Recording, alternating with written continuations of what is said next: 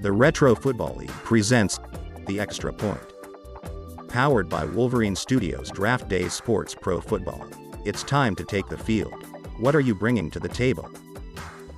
And now, for our host, Lance McAllister. Good evening, ladies and gentlemen, and welcome to The Extra Point. I'm your host, Lance McAllister, and tonight, we've got a groovy episode lined up for all you football fanatics out there. Tonight, we're taking a trip back in time to the year 1979, when disco was king, bell-bottoms were in fashion, and the NFL was at the heart of America's sports obsession. In today's episode, we're diving deep into the preseason and pre-draft activities of the RFL teams. We'll be looking at how the Gridiron Giants prepared for the upcoming season. Now let's get down to business.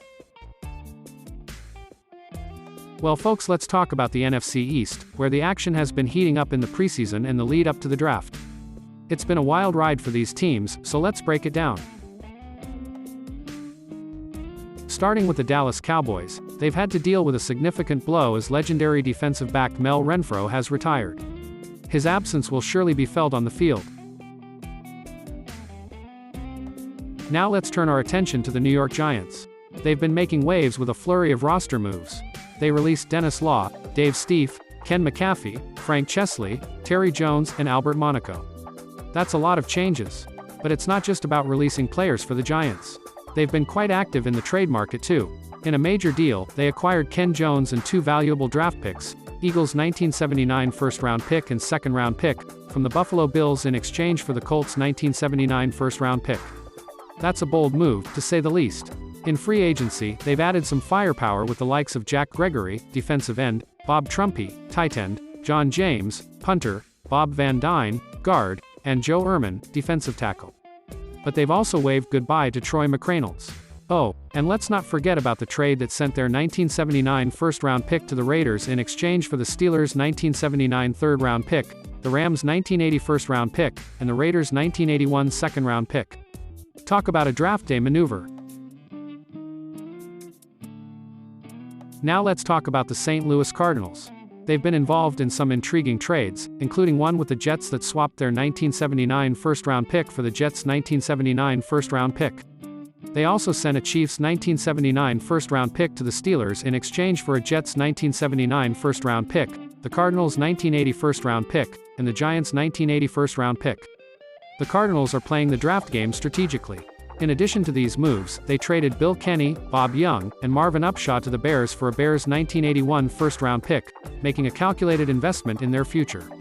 They've also made some smaller trades, like sending Conrad Dobler to the Chiefs for a 1979 third-round pick and acquiring a Patriots 1979 third-round pick from the Bills in exchange for a Buccaneers 1979 third-round pick and a Bills 1979 seventh-round pick.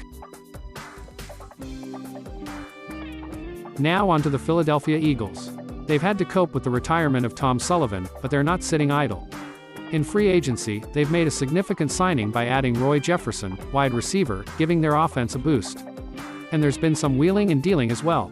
The Eagles traded Raymond Baggett to the Bills for Guy Morris's and a Bills 1979 fourth-round pick. They also sent Randy Burke to the Bills in exchange for Roland Hooks. The Eagles are clearly looking to make some moves to strengthen their squad.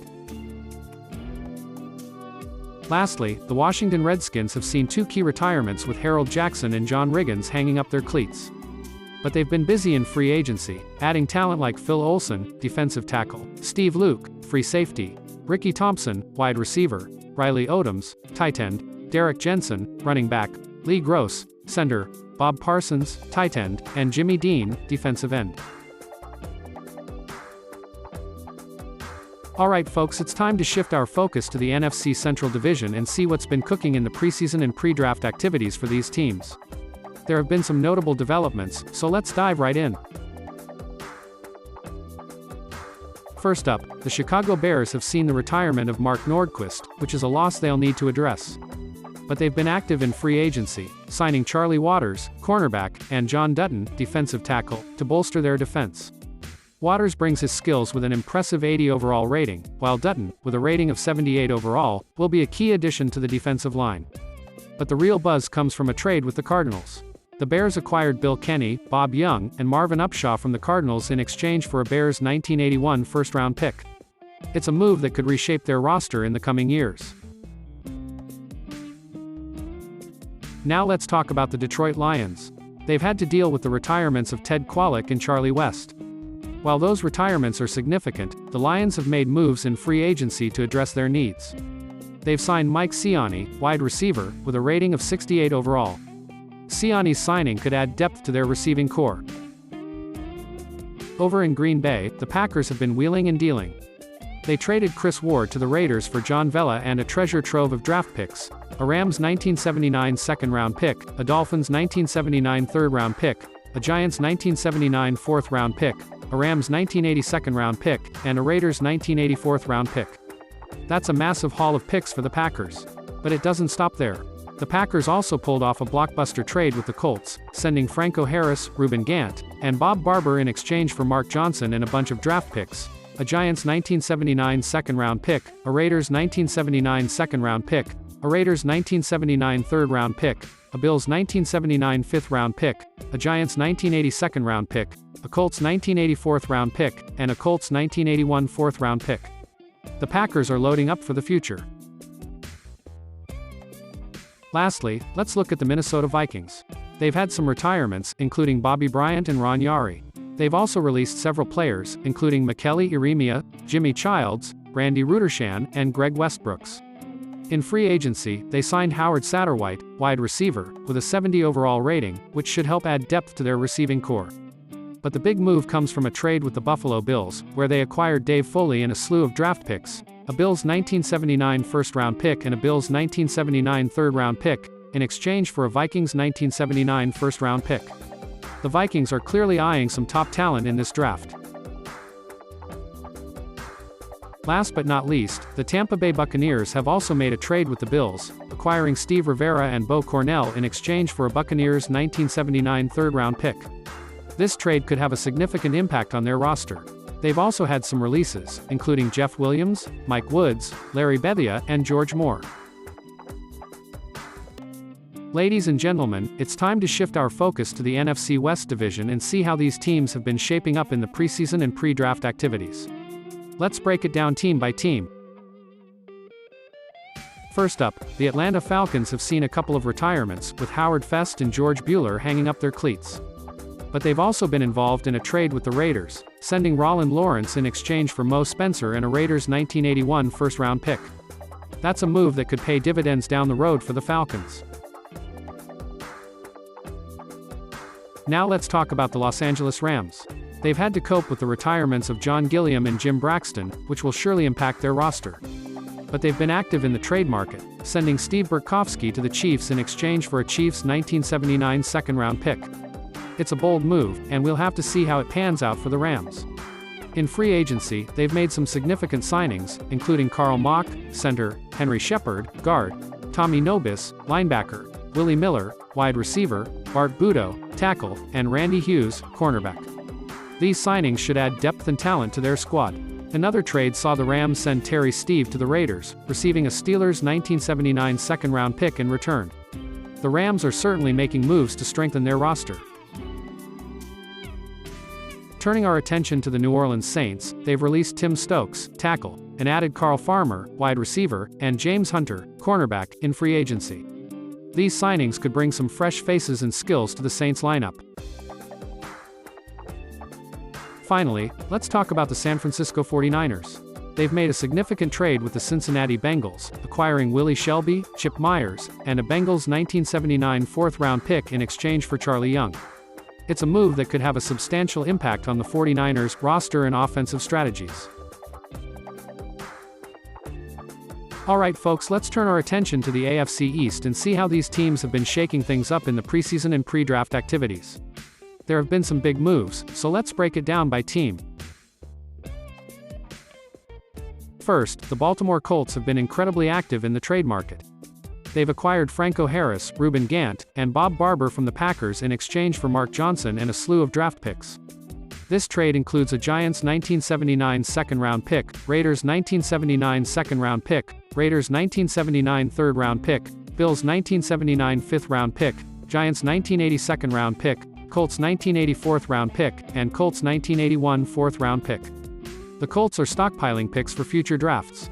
They've also made a trade with the Raiders, sending a Raiders 1979 first-round pick and a Colts 1979 seventh-round pick in exchange for Willie Fortier, Jim Huff, and a Rams 1979 first-round pick. That's another significant move to watch.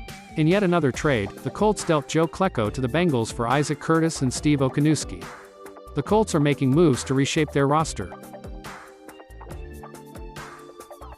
Now let's talk about the Buffalo Bills. They've had to deal with the retirement of Roman Gabriel, but they've been extremely active in trades. They traded Ken Jones and a pair of Eagles draft picks to the Giants for a Colts 1979 first-round pick. In a blockbuster trade with the Dolphins, they sent a collection of draft picks to Miami, including a Dolphins 1980 second-round pick, a Dolphins 1980 fourth-round pick, a Dolphins 1981 second-round pick, and a Dolphins 1981 third-round pick. In return, they acquired Mike Hegman, Sanders Shiver, and Ben Williams. The Bills are clearly not shy about making moves to improve their roster. They also traded Raymond Baggett to the Eagles for Guy Morris's and a Bills 1979 fourth-round pick. Another move aimed at bolstering their roster. In a high-profile trade, O.J. Simpson was sent to the Chiefs in exchange for an Oilers 1979 first-round pick and a Chiefs 1979 fifth-round pick. The Bills are continuing to stockpile draft capital. Additionally, they traded Steve Rivera and Bo Cornell to the Buccaneers for a Buccaneers 1979 third-round pick and Roland Hooks to the Eagles for Randy Burke. The Bills are clearly wheeling and dealing. Let's shift to the Miami Dolphins. They've had to cope with retirements, including Willie Brown, Al Beauchamp, and Fred Dreyer. However, they've locked in head coach Bill Arnsparger with a contract extension worth $6 million over 4 years. They've also been involved in a significant trade with the Bills, receiving a collection of draft picks, including a Dolphins 1980 second-round pick, a Dolphins 1980 fourth-round pick, a Dolphins 1981 second-round pick, and a Dolphins 1981 third-round pick, in exchange for Mike Hegman, Sanders Shiver, and Ben Williams. It's a move that could have a profound impact on their roster. Now let's talk about the New England Patriots. They've had to deal with the retirement of Pat Fisher, but they've made some significant moves in free agency. They signed Winston Hill, tackle, with an impressive 89 overall rating. Hill could provide a substantial boost to their offensive line. They've also signed Manny Sistrunk, defensive tackle, in free agency, adding more depth to their roster. Lastly, the New York Jets have made a couple of trades. They traded a Jets 1979 first-round pick to the Cardinals in exchange for a Cardinals 1979 first-round pick. They also traded a Falcons 1979 first-round pick to the Steelers for a Steelers 1979 first-round pick, a Steelers 1980 first-round pick, and a Chiefs 1980 second-round pick. The Jets are positioning themselves well for the upcoming draft. Alright folks, let's dive into the AFC Central Division and see what's been happening with these teams leading up to the draft. There have been some intriguing moves, so let's break it down by team. Starting with the Cincinnati Bengals, they've been quite busy. They've had to deal with the retirement of Skip Vanderbunt, but they've also made several noteworthy moves.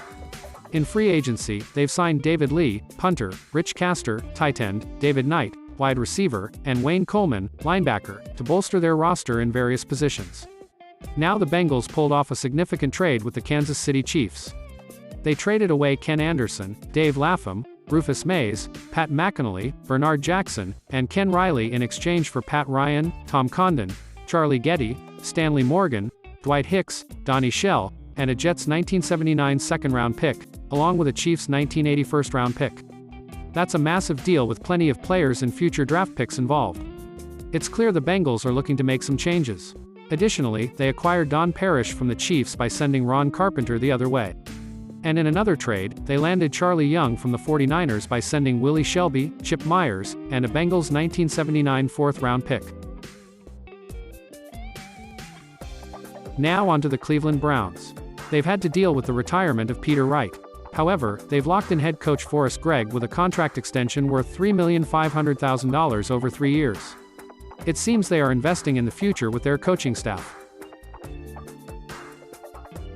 Moving on to the Houston Oilers, they've also faced some retirements, including Tom Mitchell and Elvin Bethia.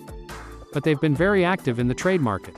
They traded a bundle of draft picks to the Packers, including an Oilers 1979 second-round pick, an Oilers 1979 fourth-round pick, an Oilers 1980 third-round pick, and an Oilers 1981 second-round pick in exchange for Dave Casper and Dick Anderson. The Oilers are clearly looking to improve their roster by adding experienced talent. Finally, let's discuss the Pittsburgh Steelers. They've had to deal with the retirements of Rocky Bleier and Frank Lewis. However, they've made some impactful trades. They traded away a Chiefs 1979 first-round pick to the Cardinals for a Jets 1979 first-round pick, a Cardinals 1980 first-round pick, and a Giants 1980 first-round pick. This trade allows them to accumulate high-value draft picks. In another trade, they sent a package of draft picks to the Chiefs in exchange for a Raiders 1980 first-round pick, a Chiefs 1980 second-round pick, a Chiefs 1980 third-round pick, and a Chiefs 1980 fourth-round pick. It's clear the Steelers are focused on future drafts and building for the long term. Additionally, they traded a Falcons 1979 first-round pick to the Jets in exchange for a Steelers 1979 first-round pick, a Steelers 1980 first-round pick, and a Chiefs 1980 second-round pick. This trade further solidifies their position in future drafts. Alright folks, it's time to wrap up our divisional summaries with a look at the AFC West. Let's see what's been cooking in this division leading up to the draft. First up, the Denver Broncos. They've had a few retirements, most notably Jim Kick. But what caught everyone's attention was the trade they made with the Raiders. The Broncos sent Barney Chavis and a Broncos 1979 fourth-round pick to the Raiders in exchange for a Dolphins 1979 first-round pick. That's a significant move, and it seems like the Broncos are gearing up for a high-value pick in the draft. They've also added some depth with the signings of Dan Pfeiffer, center, and Norm Snead, quarterback, in free agency. Turning to the Kansas City Chiefs, they've gone through a major roster shakeup. They released a long list of players, including Ed Podolak, Dan Audick, Eric Loxo, Eric Dalton, John Turner, Drew Mahalik, Brian Cabral, Pete Cronin, Doug Becker, John Barrafield, Dean Moore, Jim Krall, Jimmy Dean, Dee Hardison, Brisson Manor, Bill Craven, and James Bundy. That's a massive overhaul, but they've also been quite busy in free agency, bringing in some new talent. Brad Van Pelt, linebacker, Curtis Johnson, cornerback, John Zook, defensive end, and Mark Mosley, kicker, have all joined the Chiefs. They also acquired Steve Burkowski from the Rams by trading away a Chiefs 1979 second-round pick. In a blockbuster trade with the Steelers, they sent several draft picks to Pittsburgh in exchange for a package of draft picks, including a Raiders 1980 first-round pick, a Chiefs 1980 second-round pick, a Chiefs 1980 third-round pick, and a Chiefs 1980 fourth-round pick. The Chiefs are certainly wheeling and dealing to position themselves for the future. Additionally, they landed Conrad Dobler from the Cardinals in exchange for a Chiefs 1979 third-round pick. The Chiefs have been very active and are looking to build a competitive roster.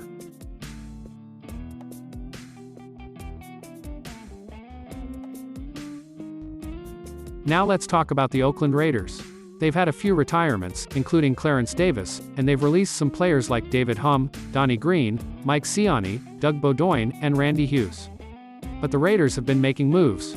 They've signed Jim Gueno, linebacker, Claudie Miner, tackle, Terry Nelson, tight end, Robert Miller, running back, Willie Alexander, cornerback, Nate Allen, cornerback, Clarence Harmon, running back, Mel Lunsford, defensive end, Dave Gallagher, defensive end, and Zachary Anderson, fullback, in free agency.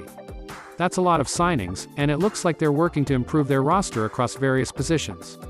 They've also been active in the trade market, making deals with the Broncos, Rams, Colts, and Giants.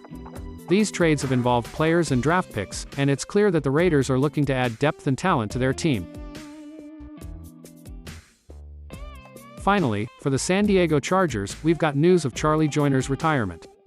Other than that, it's been a relatively quiet preseason for them. And as for the Seattle Seahawks, there hasn't been any activity reported leading up to the draft. Well folks, that's a wrap for today's episode of The Extra Point. We've taken a deep dive into the pre-draft activities of all the RFL teams, and there's been no shortage of drama and excitement as we gear up for the 1979 season. It's always fascinating to see how teams are reshaping their rosters, making trades, and signing new talent. With the draft underway, anticipation is building, and we can't wait to see which players will find new homes and where they'll make their mark in the league. I want to thank all of you for tuning in today. Your passion for the game is what makes this show so special, and I can't express how much we appreciate your support. Don't forget to stay tuned to The Extra Point for all the latest RFL news, updates, and analysis as the 1979 season unfolds. We'll be here to break it all down for you every step of the way. So, from all of us here at The Extra Point, I'm Lance McAllister, reminding you to keep that football spirit alive, and we'll see you next time. Until then, stay safe and enjoy the game.